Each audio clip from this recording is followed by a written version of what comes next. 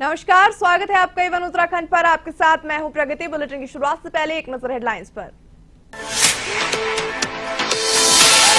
मुख्यमंत्री पुष्कर सिंह धामी ने नर्सिंग अधिकारियों को दिए नियुक्ति पत्र। मेडिकल कॉलेजों में किया प्रेक्षागृह का लोकार्पण। स्वास्थ्य मंत्री ने कहा प्रदेश में जल्द लागू होगी ट्रांसफर पॉलिसी।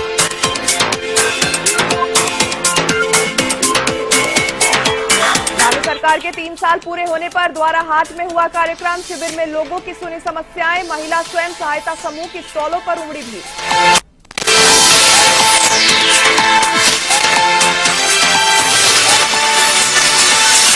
भाजपा सांसद ने लोकसभा में उठाया अवैध खनन का मामला। कांग्रेस ने इस मामले में सरकार पर उठाए सवाल। मुख्यमंत्री से मांगा जवाब।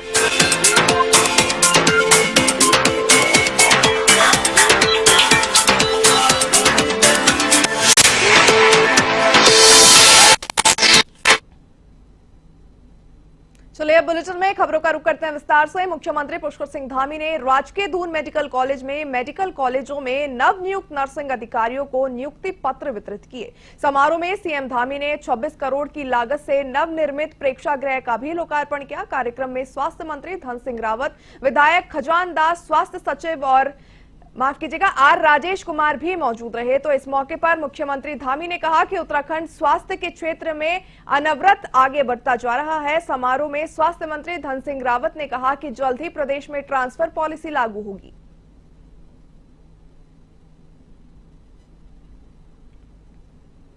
अभी तक हमारी सरकार ने 22,000 से ज्यादा लोगों को सरकारी नौकरी दे दी और आज भी हमने लगभग 1300 जो हमारे नर्सिंग स्टाफ थे मेडिकल शिक्षा के लिए उनको नियुक्ति पत्र दिए हैं। और आज विशेषकर हमारे जो अल्मोड़ा मेडिकल कॉलेज है, हल्द्वानी मेडिकल कॉलेज है और रुद्रपुर मेडिकल कॉलेज है, इनके जो नर्सिंग अधिकारियों की नियुक्ति है उनको दिए गए हैं।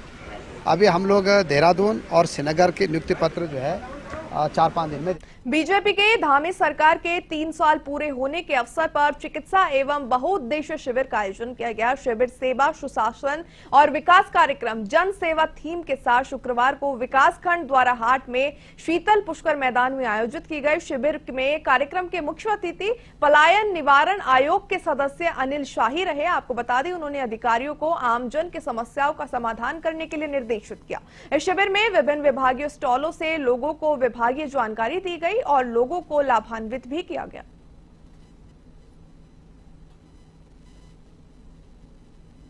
जो अपनी धामी जी की सरकार है उसके सेवा, सुशासन और विकास के 3 वर्ष पूरे हुए हैं। उसको जनसेवा थीम के नाम से बहुउद्देश्य शिविर, चिकित्सा शिविर आदि और विकास खंड दोरहाट में लगाया गया है। और जैसा कि हम सब लोग जानते हैं कि धामी जी ने यूसीसी नागरिक समान नागरिक संहिता हो और जो लगातार विकास कार्यों में हम लोग अग्रणी प्रदेश बनने जा रहे हैं। 1 लाख करोड़ का बजट पहली बार इतिहास में उत्तराखंड में हम लोगों ने पास किया है। कांग्रेस पार्टी के प्रदेश वरिष्ठ उपाध्यक्ष संगठन एवं प्रशासन सूर्यकांत धमसाना ने कांग्रेस मुख्यालय में प्रेस वार्ता की। प्रेस वार्ता में उन्होंने कहा कि प्रदेश के पूर्व मुख्यमंत्री त्रिवेंद्र सिंह रावत और हरिद्वार सांसद ने अपनी ही सरकार के खिलाफ लोकसभा में अवैध खनन का सवाल उठाकर एक बार फिर साबित कर दिया है कि उत्तराखंड सरकार अवैध खनन मामले में कितनी कम गंभीर है। कांग्रेस पार्टी लगातार अवैध कानून के मामलों को लेकर सरकार से सवाल पूछती आई है। इसको लेकर मुख्यमंत्री को सामने आकर जवाब देना चाहिए और इसकी रोकथाम के लिए सख्त कदम भी उठाने आवश्यक है। इसके पूर्व मुख्यमंत्री जो हरिद्वार के माननीय सांसद हैं श्री त्रिवेंद्र सिंह रावत जी, उन्होंने लगातार दूसरी बार अपनी ही पार्टी की सरकार को कटघरे में खड़ा करके ये आरोप खुलेआम लगाया है कि उत्तराखंड में अवैध खनन हो रहा है। उन्होंने आरोप लगाया है कि राज्य में सरकार के संरक्षण में अवैध खनन हो रहा है। अपनी सरकार के बारे में उन्होंने दूसरी बार लगातार कहा है कि अवैध खनन करने वाले लोग लोगों की हत्या कर रहे हैं। कांग्रेस के सारे आरोपों पर उन्होंने मोहर लगाई है। टिहरी गढ़वाल के देवप्रयाग विधानसभा के अंतर्गत राजकीय प्राथमिक विद्यालय मलेथा में वार्षिक उत्सव धूमधाम के साथ मनाया गया। देवप्रयाग के विधायक विनोद कंधारी कार्यक्रम में मुख्य अतिथि थे। आपको बता दें, वार्षिक उत्सव में स्कूली छात्रों ने रंगारंग कार्यक्रम की प्रस्तुतियां पेश की। इस मौके पर विधायक विनोद कंधारी ने कहा कि सरकार शिक्षा के क्षेत्र में बेहतर काम कर रही है। उन्होंने विद्यालय में 2 कक्षाओं का उद्घाटन भी किया। इस मौके पर उन्होंने विद्यालय में शौचालय के लिए 5 लाख रुपए विधायक निधि से भी दिए। के माध्यम से हम आने वाली पीढ़ी को तैयार करते हैं। और निश्चित तौर पर मलेथा के प्राथमिक विद्यालय का जो वार्षिक उत्सव में सारे टीचरों को यहाँ पर बधाई देता हूँ। और मैंने कहा कि विद्यालयों को आगे बढ़ाना, बच्चों को संसाधन उपलब्ध कराना, ये बच्चों को पूर्ण रूप से किस तरीके से आने वाले समय को तैयार किया जाए, उसके लिए मैं पूरी तैयारी के साथ आता हूँ। और पिछली बार में इस विद्यालय का वार्षिक उत्सव आया था तो कमरे की डिमांड की थी। इस बार उन्होंने डिजिटल बोर्ड की बात की, एक शौचालय की बात की है और अपना एक रास्ते की बात की है, उसको मैं 6 महीने के अंदर मैं पूरी करूँगा। कि मैं वीर माधो सिंह भंडारी जी की जो भूमि है उसमें जो मेरा कार्य क्षेत्र है वो मुझे मिला है, तो मेरा प्रयास रहेगा कि जितने भी यहाँ पे बच्चे हैं हम इनमें एक उत्साह ला पाएँ, इनको आगे ये भी गौरवान्वित महसूस कर सकें, तो शिक्षा के क्षेत्र में बच्चे आगे बढ़ें और इनका चहुमुखी विकास जिस प्रकार से हो, जैसे कि आज वार्षिकोत्सव मनाया जा रहा है, तो इस प्रकार से हम कोशिश करेंगे कि चहुमुखी विकास बच्चों का हो पाए। शिवसेना और भवानी सेना के कार्यकर्ताओं ने श्रीराम फाइनेंस के खिलाफ उप जिला अधिकारी खटीमा के द्वारा जिला अधिकारी को ज्ञापन सौंपा। इसमें कहा गया है कि श्रीराम फाइनेंस कंपनी ने साड़ियों पर श्रीराम फाइनेंस लिखा है, जिससे हिंदुओं की भावनाओं को ठेस पहुंचती है। ज्ञापन में श्रीराम फाइनेंस कंपनी पर तत्काल कार्रवाई करने की मांग की गई है। तहसीलदार वीरेंद्र सिंह सजवान ने कहा है कि शिवसेना और भवानी सेना ने श्रीराम फाइनेंस की ओर से साड़ियों में श्रीराम लिखने पर आपत्ति दर्ज की है, जिस पर उचित कार्रवाई की जाएगी।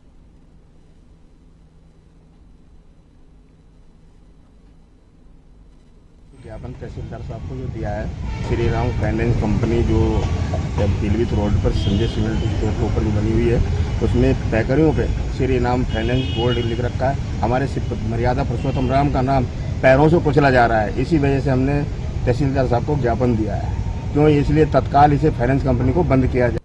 की वजह से श्री राम के ऊपर जब आप स्टिकर लगे तो हम चलते हैं तो उससे उनको दिक्कत है कि श्री राम का नाम इसमें खराब हो रहा है और एक हमारे मर्यादा पुरुषोत्तम है, जो इन पर सख्त कार्रवाई की जानी है। जिलाधिकारी महोदय के नाम से इन्होंने ज्ञापन दिया है, तो जो इसमें अब आगे कार्रवाई के लिए जिलाधिकारी महोदय से उसमें अगर इससे जैसे अपने धर्म को लेके कुछ भी अगर किसी को ठेस पहुंच रही है या फिर लगता है कि ये गलत है, तो हम इस चीज़ पे काम करेंगे। जो भी श्री राम का नाम लोगो लगा हुआ है उसको हम वहाँ से छुपा देंगे, मतलब उसके ऊपर स्टिकर लगवा के कवर कर देंगे उसको। ऋषिकेश के निकट मुनि की रेती स्थित नाव घाट पर नहाने के दौरान 2 सगे भाई बहन गंगा में बह गए। जल पुलिस के जवानों ने अपनी जान पर खेलकर भाई बहन को सकुशल गंगा से बाहर निकाल लिया। फिलहाल दोनों को सरकारी अस्पताल प्राथमिक उपचार के लिए भेजा गया है। मुनि की रेती के प्रभारी निरीक्षक प्रदीप चौहान ने बताया कि हरिद्वार से राजीव गुप्ता का परिवार मुनि की रेती नाव घाट पर घूमने के लिए आए थे। इस दौरान सभी सदस्य नाव घाट पर गंगा में नहाने के लिए उतर गए। बहाव और गहराई का अंदाजा नहीं होने की वजह से राजीव गुप्ता के दोनों बच्चे गंगा में बहने लगे। जल पुलिस के जवान गंगा में बह रहे दोनों भाई बहनों को सकुशल बाहर निकाल लाए।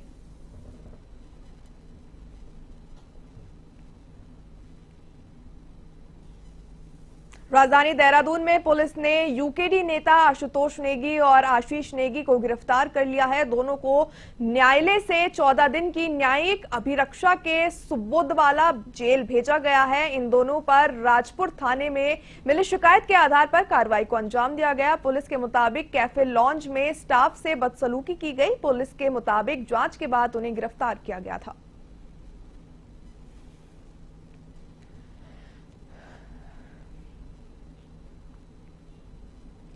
मुख्यमंत्री पुष्कर सिंह धामी के निर्देश पर डीएम सविन बंसल ने गुलार घाटी खाद्य गोदाम का औचक निरीक्षण किया। अनाज की गुणवत्ता खराब मिलने पर अनाज रिजेक्ट किया गया।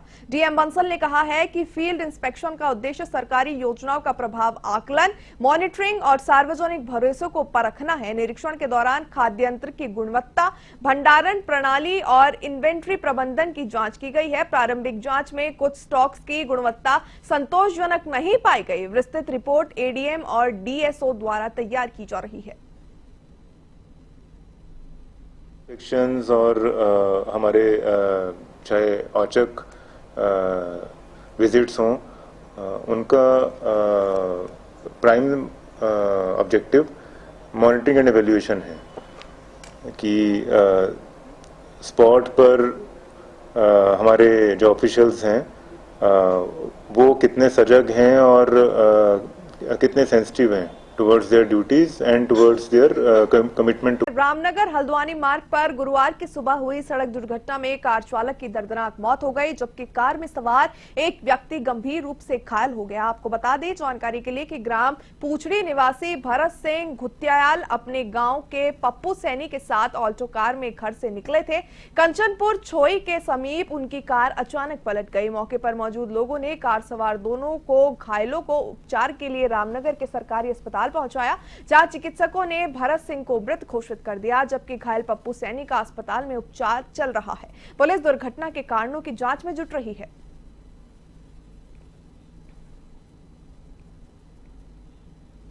खबर जनपद उधम सिंह नगर के खटीमा से है, जहां खटीमा पीलीभीत मार्ग पर हालत सुधरने को लेकर उप जिला अधिकारी खटीमा रविंद्र सिंह बिष्ट को ज्ञापन सौंपा। गौरतलब है कि खटीमा पीलीभीत मार्ग की हालत जगह जगह गड्ढे होने के कारण आए दिन दुर्घटना होने का भय बना रहता है। इस मार्ग पर पूर्व में अनेक दुर्घटनाएं हो चुकी है। मार्ग के सीमावर्ती राज्य उत्तर प्रदेश से बड़ी संख्या में लोग प्रतिदिन उत्तराखंड आते हैं। वर्तमान में उत्तर प्रदेश का प्रसिद्ध मां पूर्णागिरी का मेला चल रहा है। मेले के दौरान मां पूर्णागिरी के दर्शन के लिए संपूर्ण भारत से लोग सीमावर्ती जिला चंपावत आते हैं।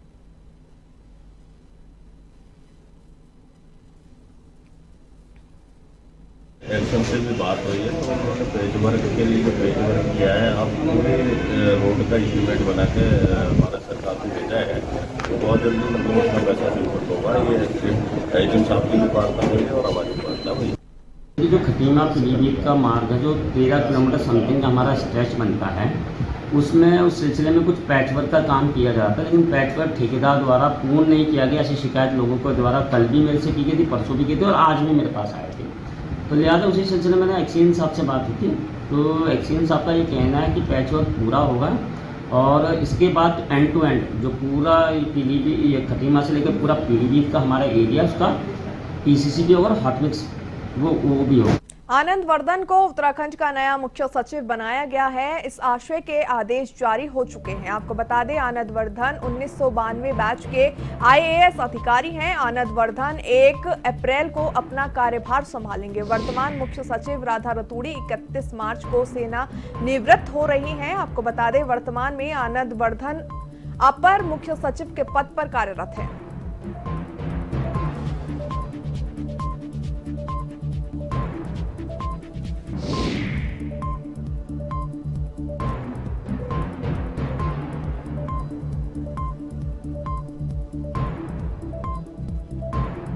देहरादून नगर निगम की आय में वृद्धि लाने के लिए मेयर सौरभ थपलियाल ने संबंधित अधिकारियों को निगम क्षेत्र के अंतर्गत व्यावसायिक भूमि को चिन्हित कर उन पर मार्केट और कॉम्प्लेक्स का निर्माण करने के लिए प्रस्ताव तैयार करने के निर्देश जारी किए। आपको बता दें सौरभ ने कहा है कि निगम स्थानीय मार्केट को विकसित करेगा ताकि स्थानीय युवाओं को रोजगार मिल सके और इससे निगम की आय भी बढ़ेगी। साथ ही उन्होंने कहा कि हम गेस्ट हाउस बनाने की तैयारी कर रहे हैं, जिसमें पर्यटक शुल्क देकर निवास करेंगे और उनकी भी निगम को आय बढ़ाने में सहायता मिलेगी।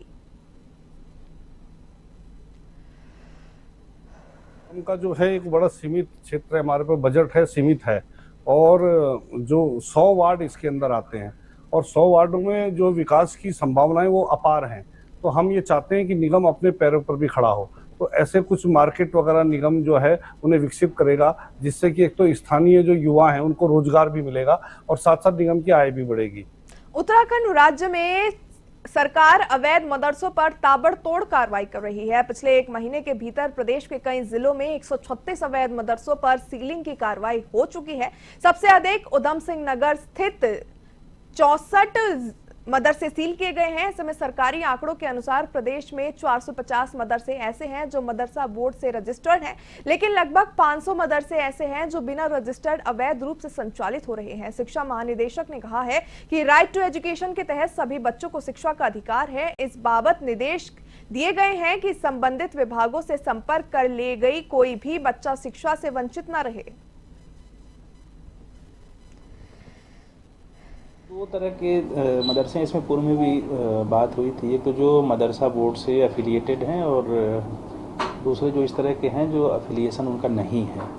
तो ऐसे छात्रों के लिए दो तरह के विकल्प हैं। एक तो ऐसे जो मदरसा संचालित हैं, जो मदरसा बोर्ड से सूचीबद्ध हैं, वहाँ भी पढ़ सकते हैं। दूसरा हमारे जो शिक्षा विभाग के विद्यालय हैं, जहाँ पर निःशुल्क भी है और फ्री एक्सेस है सभी के लिए।